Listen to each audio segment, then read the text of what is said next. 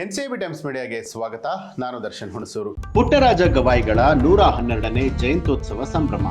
ಅವಳಿ ನಗರ ಸೇರಿದಂತೆ ಜಿಲ್ಲೆಯ ವಿವಿಧ ಕಡೆಯಲ್ಲಿ ಪುಟ್ಟರಾಜ ಗವಾಯಿಗಳ 112ನೇ ಜಯಂತ್ಯೋತ್ಸವ ಕಾರ್ಯಕ್ರಮವನ್ನು ಆಚರಣೆ ಮಾಡಲಾಯಿತು. ನಗರದ ವೀರೇಶ್ವರ ಪುಣ್ಯಾಶ್ರಮದಲ್ಲಿ ವಿವಿಧ ಧಾರ್ಮಿಕ ಕಾರ್ಯಕ್ರಮಗಳು ಜರುಗಿತು. ಎಲ್ಲೆಂದರಲ್ಲಿ ಅವರ ಭಾವಚಿತ್ರಕ್ಕೆ ಪೂಜೆಯನ್ನ ಸಲ್ಲಿಸಿ ಆರಾಧಿಸಲಾಯಿತು. ಬೆಳಗ್ಗೆಯಿಂದಲೇ ಪುಣ್ಯಾಶ್ರಮದಲ್ಲಿರುವಂತಹ ಹಾನಗಲ್ ಕುಮಾರಸ್ವಾಮಿ ಗದ್ದುಗೆ ಪಂಚಾಕ್ಷರಿ ಗವಾಯಿಗಳ ಹಾಗೆ ಪುಟ್ಟರಾಜ ಗವಾಯಿಗಳ ಗದ್ದುಗೆಗೆ ವಿಶೇಷ ಪೂಜೆಯನ್ನ ನೆರವೇರಿಸಲಾಯಿತು. ನಾನಾ ಭಾಗದಿಂದ ಭಕ್ತರು ಮಠಕ್ಕೆ ಭೇಟಿಯನ್ನ ನೀಡಿ ಮೂವರು ಶ್ರೀಗಳ ಗದ್ದುಗೆಯ ದರ್ಶನವನ್ನ ಮಾಡಿದ್ರು.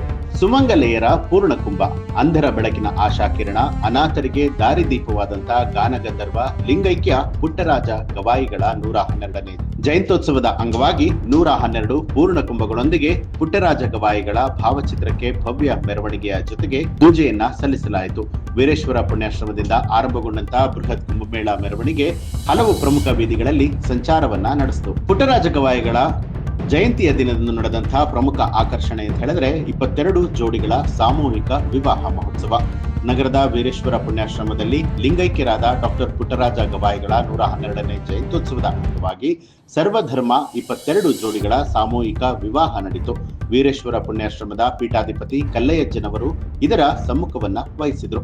ನಾಡಿನ ವಿವಿಧ ಭಾಗದಿಂದ ಆಗಮಿಸಿದ ಭಕ್ತರಿಗೆ ಹಾಗೂ 22 ಜೋಡಿಗಳ ಮದುವೆಗೆ ಬಂದಿರುವಂತಹ ಭಕ್ತರಿಗೆ ಎಪಿಎಂಸಿ ಆವರಣದಲ್ಲಿರುವಂತಹ ಕೆಎಚ್ ಪಾಟೀಲ್ ಸಭಾಭವನದಲ್ಲಿ ಪ್ರಸಾದದ ವ್ಯವಸ್ಥೆಯನ್ನ ಮಾಡಲಾಗಿತ್ತು.